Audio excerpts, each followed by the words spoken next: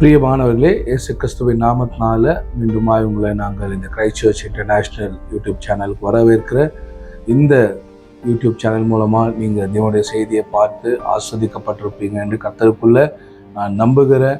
இன்றைக்கு கூட உங்களோடு கூட தேவனுடைய வார்த்தையை பகிர்ந்து கொள்றதுல நான் கர்த்தரை ஸ்தோத்தரிக்கிற கண்களை மூடி ஜெபம் பண்ணுவோம். எங்களை அதிகமாய் நேசிக்கிற நல்ல தகப்பனே, இந்த வேளையில் உடைய வார்த்தைக்காக நான் ஸ்தோத்தரிக்கிறேன். இந்த வார்த்தை ஆண்டவரே கேட்கிற ஒவ்வொருடைய உள்ளத்திலும் கர்த்தருடைய ஆவியானவர் நீர் அவர்களுடைய வாழ்க்கையில அற்புதங்களை செய்வீராக. அவர்களுக்கான விடுதலையை நான் பேசுகிறையா, அவர்களுக்கான ரட்சிப்பை நான் பேசுகிற ஆண்டவரே, பரிசுத்த ஆவியினால் உண்டாகிறதான அப்பா விடுதலைக்காக ரட்சிப்புக்காக அப்பா நாங்கள் ஸ்தோத்தரிக்கிறோம். இப்பொழுது இந்த வார்த்தையை கொண்டு நீங்க எங்களோடு பேசுங்க, எங்களுக்கு ஊழியம் செய்யுங்க. உங்களை நாங்கள் கனப்படுத்துகிறோம். இந்த நேரத்தையும் கரத்தில் ஒப்பு கொடுக்கிறேன் இயேசுவின் நாமத்தில் பிதாவே, ஆமென். இன்றைக்கு கூட உங்களோடு நான் பகிர்ந்து கொள்ள நினைக்கிற தேவ பகுதி எபேசியர் புஸ்தகம் 6ஆம் அதிகாரம் 10ஆம் வசனத்திலிருந்து உங்களுக்கு நான் வாசிக்க விரும்புகிறேன். கடைசியாக என் சகோதரரே, கர்த்தரிலும் அவருடைய சத்துவத்தின் வல்லமையிலும் பலப்படுங்கள். நீங்கள் பிசாசின் தந்திரங்களோடு எதிர்த்து நிற்க திராணியுள்ளவர்களாகும்படி தேவனுடைய சர்வாயுத வர்க்கத்தை தரித்து கொள்ளுங்கள். ஏனெனில் மாம்சத்தோடும் இரத்தத்தோடும் அல்ல, துரைத்தனங்களோடும் அதிகாரங்களோடும் பிரபஞ்சத்தின் அந்தகார லோகாதிபதிகளோடும் வானமண்டலங்களில் உள்ள பொல்லாத ஆவிகளின் சேனைகளோடும் போராட்டம் உண்டு. ஆகையால் தீங்கு நாளில் அவைகளை நீங்கள் எதிர்த்து நிற்கவும் சகலத்தையும் செய்து முடித்தவர்களாய் நிற்கவும் திராணியுள்ளவர்களாகும்படிக்கு தேவனுடைய சர்வாயுத வர்க்கத்தை தரித்து கொள்ளுங்கள். இந்த இடத்துல பவுல் எபேசிய சபைக்கு சொல்றாரு, நமக்கு மாம்சத்தோடும் இரத்தத்தோடும் போராட்டம் இல்லை. நிறைய நேரங்களில் நம்ம எல்லா பிரச்சனையும் என்ன பண்ணுறோம், நம்ம மாம்சத்தோடு இரத்தத்தோடு நம்ம டீல் பண்ணுறோம். நமக்கு வரதான எந்த பிரச்சனையாக இருந்தாலும் அதை நம்ம ஸ்பிரிச்சுவல் வார்ஃபேராக பார்க்கறது கிடையாது. ஆனால் இங்கே பவுல் சும்மா சொல்றாரு, உங்களுடைய யுத்தம் மாம்சத்தோடும் இரத்தத்தோடும் அல்ல. அப்போ எதோடு நம்ம யுத்தம் பண்ணுறோம்? இன்னைக்கு நிறைய பேருடைய பேட்டலே மைண்டு தான். உங்களுடைய போர்க்கோளம் உங்கள் சிந்தை தான். இந்த சிந்தை தான் நம்முடைய வார்ஃபேருக்கான ஃபீல்டாக இருக்குது. பேட்டில் ஃபீல்டு நம்முடைய மைண்டு தான். இந்த மைண்டு புதிதாகாமல் இருக்கிறதுனால தான் நம்ம நிறைய நேரங்களில் நம்ம பிசாசுடைய தந்திரங்கள்ல நம்ம சிக்கிக்கொள்றவங்களா இருக்கும். பிசாசு பெரிய ஒரு 2 கொம்பை வச்சுக்கின்னு இல்லை நைட்டில் உங்க கழுத்தை அமுக்கிறது, கையை பிடிக்கிறது, தூக்கின்னு போகிறது, இப்படிப்பட்ட போராட்டத்தை விட பிசாசு கொண்டு வர பெரிய போராட்டம் என்ன தெரியுங்களா? அவனுடைய தந்திரங்கள். அதை தான் பவுல் சொல்றாரு, அவனுடைய தந்திரங்களை நீங்கள் எதிர்த்து நிற்க திராணியுள்ளவர்கள் ஆகும்படிக்கு. அவனுடைய போராயுதமே என்னன்னாக்கா, அவனுடைய போராயுதமே அவனுடைய தந்திரம் தான், அவனுடைய ட்ரிக்ஸ் தான். அப்போ அந்த தந்திரத்தை நம்ம ஜெயிக்க திராணி உள்ளவர்களாகணும்னா முதலாவது நம்மளுடைய பேட்டில் ஃபீல்டு எதுன்னு நமக்கு தெரிஞ்சுக்கணும். அது பவுல் எழுதும் போது 2 கொரிந்தியர்ல எழுதுறாரு. உங்களுக்காக அந்த வசனத்தையும் நான் வாசிக்க விரும்புகிறேன்.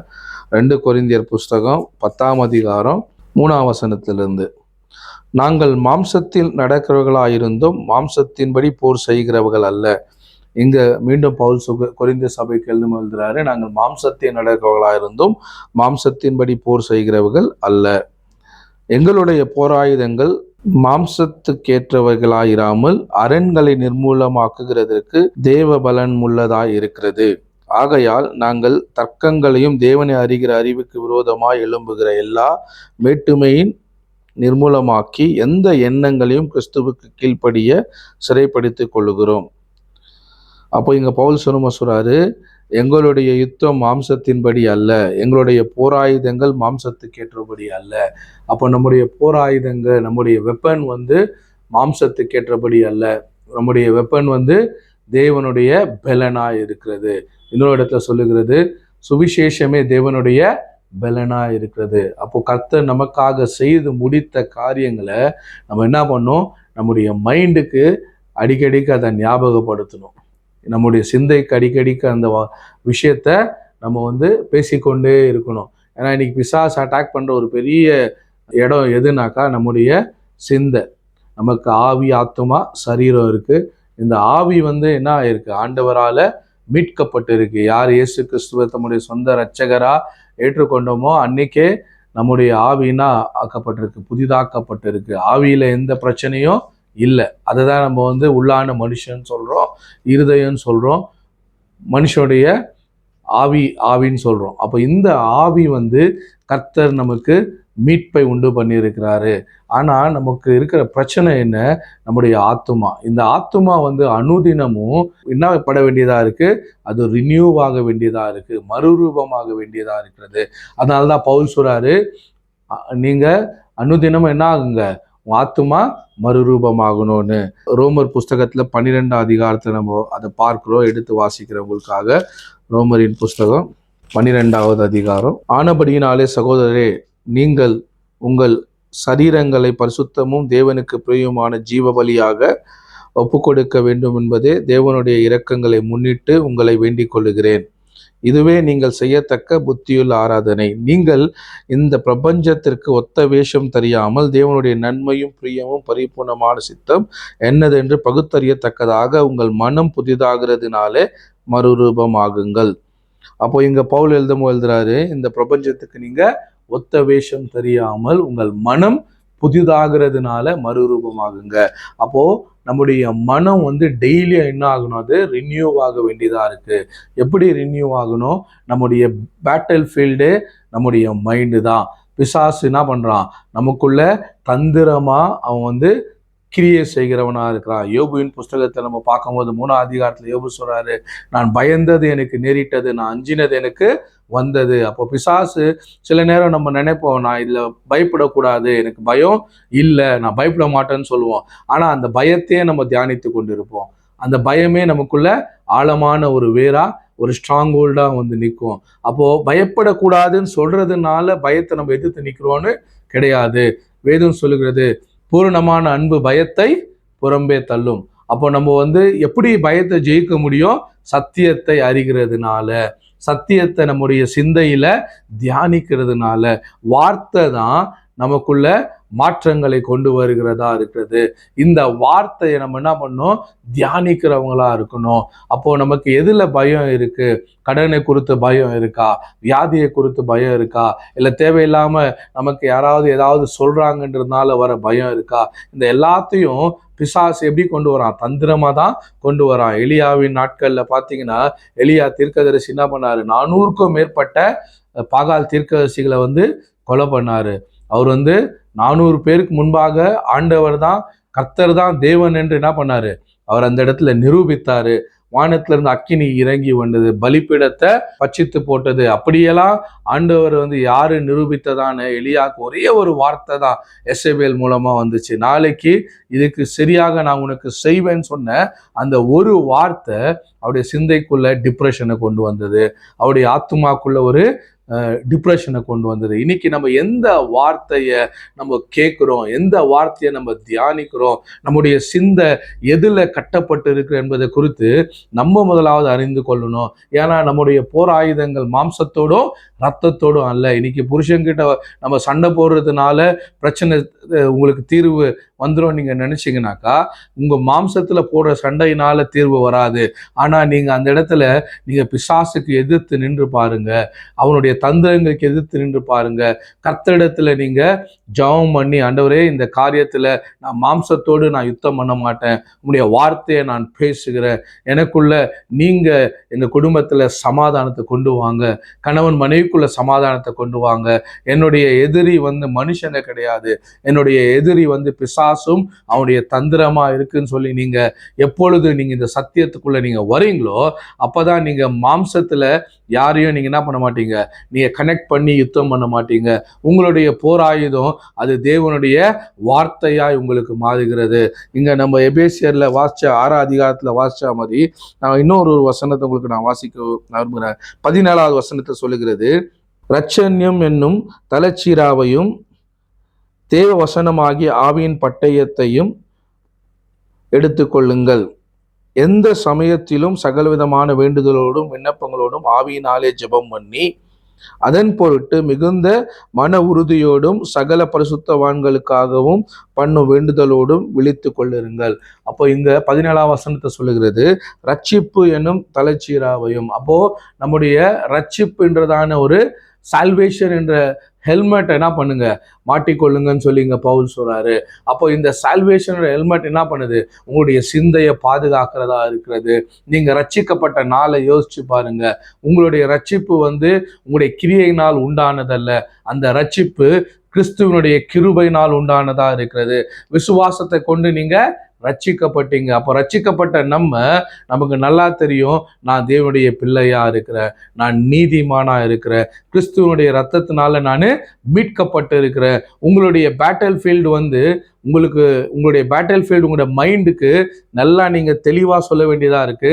என்னுடைய கிரியையினால நான் என்ன பண்ணல, மீட்பை நான் பெற்றுக்கொள்ள, விசுவாசத்தினால கிருபையினால நான் ரட்சிப்பை நான் பெற்றுக்கொண்டேன். அதே தான் இன்னைக்கு உங்க வாழ்க்கையில இருக்கிற எந்த பிரச்சனையா இருந்தாலும் அதுக்கான பலன் கர்த்தருடைய வார்த்தையா இருக்கிறது.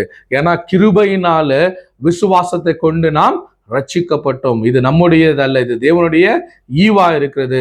இன்றைக்கு நீங்க போறதான பேட்டில் எதுவா இருந்தாலும் அதுல உங்களுடைய பலன் அல்ல, கர்த்தருடைய கிருபை உங்களை விடுதலை ஆக்குகிறதா இருக்கிறது. கர்த்தருடைய வார்த்தை நம்மளை விடுதலை ஆக்குகிறதா இருக்கிறது.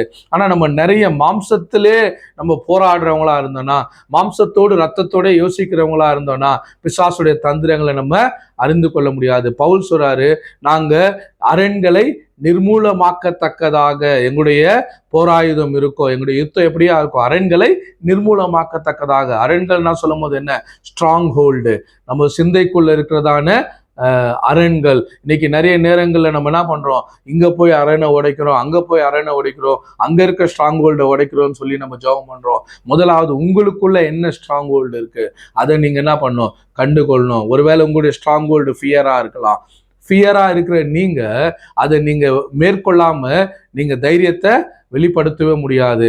அப்போ நான் ஏற்கனவே சொன்னதுபடி தேவனுடைய அன்பின் ஆழமும் அகலமும் உயரமும் என்னதென்று நீங்க அறிந்து கொள்ளத்தக்கதாக உங்களுடைய மனக்கண்கள் பிரகாசமாக வேண்டும் என்று நான் உங்களுக்காக ஜெபம் பண்றேன் பவுல் எபேசியர்ல சொல்றாரு. அப்ப தேவனுடைய அன்பின் ஆழமும் அகலமும் உயரமும் என்னதென்று நீங்க தெரிந்து கொள்ளும் போது, உங்களுடைய சத்தியத்தை நீங்க அறிந்து கொள்ளும் போது பயத்தை என்ன பண்ண முடியும், உங்களால ஜெயிக்க முடியும். பிசாசு ஏசாமி கிட்ட சொன்னான், நீர் என்னை சாஷ்டாங்கமா வணங்குனீங்கன்னா இந்த பூமியில உள்ள எல்லா மகத்துவத்தையும் நான் என்ன பண்றேன், உனக்கு நான் கொடுக்குறேன். ஏன்னா இந்த பூமியில உள்ள எல்லா மகிமையும் எனக்கு ஒப்புவிக்கப்பட்டிருக்கு.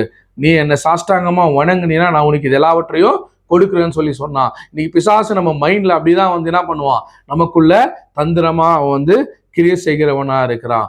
அவன் சொல்லுவான், நீ இப்படி பண்ணியிருந்தாக்கா இது இப்படி ஆயிருக்குமே, நீ இப்படி நீ இதை செய்யின்னு சொல்லி நமக்கு என்ன பண்ணுவான், ஆண்டோடைய சத்தியத்துக்கு புறம்பான விஷயங்களை நம்முடைய சிந்தையிலையும் நம்முடைய வாழ்க்கையிலும் அவன் பொய்யை கொண்டு வருகிறவனா இருக்கிறான். ஏன்னா பிசாசு பொய்க்கு பிதாவுமா இருக்கான் பைபிள் சொல்லுது. அப்போ பிசாசு நம்ம கிட்ட பண்ற யுத்தம் என்ன, எல்லாமே தந்திரமா இருக்கிறது. அவன் திருடவும் கொல்லவும் அழிக்கவும் என்று வேறொன்றுக்கோ வரான். ஆனா இயேசுவானவரும் நமக்கு ஜீவன் உண்டாகவும் அந்த ஜீவன் பரிபூர்ணப்படவும் வந்தாரு. அப்போ நமக்குள்ள இருக்கிற ஸ்ட்ராங் ஹோல்டை அதை கண்டுகொள்ளணும். என்னுடைய ஸ்ட்ராங் ஹோல்டு பயமா, என்னுடைய ஸ்ட்ராங் ஹோல்டு கடனா, என்னுடைய ஸ்ட்ராங் ஹோல்டு தேவையில்லாத கன்ஃபஷனா. இன்னைக்கு நிறைய நேரங்கள்ல நம்முடைய பழக்கம் தப்பா இருக்குன்னா நம்முடைய பழக்கம் மாத்திரம் பிரச்சனை இல்லை, நம்முடைய சிந்தை தான் பிரச்சனையா இருக்கிறது. உன்னுடைய யோசனை தப்பா இருந்துச்சுன்னா உன்னுடைய கிரியை தப்பா வெளிப்படுகிறதா இருக்கிறது. அப்போ நம்ம டீல் பண்ண வேண்டிய விஷயம் என்ன, முதலாவது நம்முடைய யோசனையை, நம்முடைய எண்ணங்களை நம்ம சிறைப்படுத்த கற்றுக்கொள்ள வேண்டும். என்ன எப்படி சிறைப்படுத்துறது, எல்லாவற்றையும் கிறிஸ்துவுக்கு கீழ்ப்படிய செய்ய வேண்டும். அப்ப இன்னைக்கு பயம் வருதுன்னா உங்களை அந்த பயம் உங்களை மேற்கொள்ளக்கூடாது, கர்த்தருடைய வார்த்தை தான் உங்களை மேற்கொள்ளக்கூடியதா இருக்கணும். அப்ப அந்த பயத்தை நீங்க எதிர்த்து நிற்கணும். ஏன்னா பைபிள் சொல்லுது, பிசாசுக்கு எதிர்த்து நில்லுங்கள், அப்பொழுது அவன் உங்களை விட்டு ஓடி போவான். அப்ப எதிர்த்து நிற்கிறதுன்னு சொல்றது என்ன, பயத்தை நம்ம எதிர்த்து நிற்கணும்னாக்கா சத்தியத்துல நம்ம வேரூன்றி நிற்கிறவர்களா இருக்கணும். அப்ப இயேசு கிறிஸ்துவ பிசாசு என்ன, நீ சாஷ்டாங்கமா வணங்கினோன்னு இயேசு சுவாமி சொன்னது என்ன, உன் தேவனாகிய கர்த்தரை ஒருவரை தவிர நீ வேற யாரையும் ஆராதிப்பாது, நீ வணங்காதிருப்பாயாக, அவர் ஒருவருக்கே நீ ஆராதனை செய்வாயாக என்று இங்க எழுதிருக்கேன்னு சொல்லி சொன்னாரு. அப்போ இன்னைக்கு பிசாசு உங்களை எதுல உங்களை அட்டாக் பண்றானோ அந்த ஏரியால நீங்க கர்த்தருடைய வெளிப்பாடை பேசுறவங்களா இருக்கணும், கர்த்தருடைய ரேமாவை பேசுறவங்களா இருக்கணும். அப்படி உங்க வாயை திறந்து நீங்க ரேமாவை பேசும்போது அந்த இடத்துல அந்த வார்த்தை உங்களுக்கு விடுதலையை கொண்டு வருகிறதா இருக்கிறது, உங்களுக்குள்ள இருக்கிற அரண்களை நிர்மூலமாக்குகிறதா இருக்கிறது.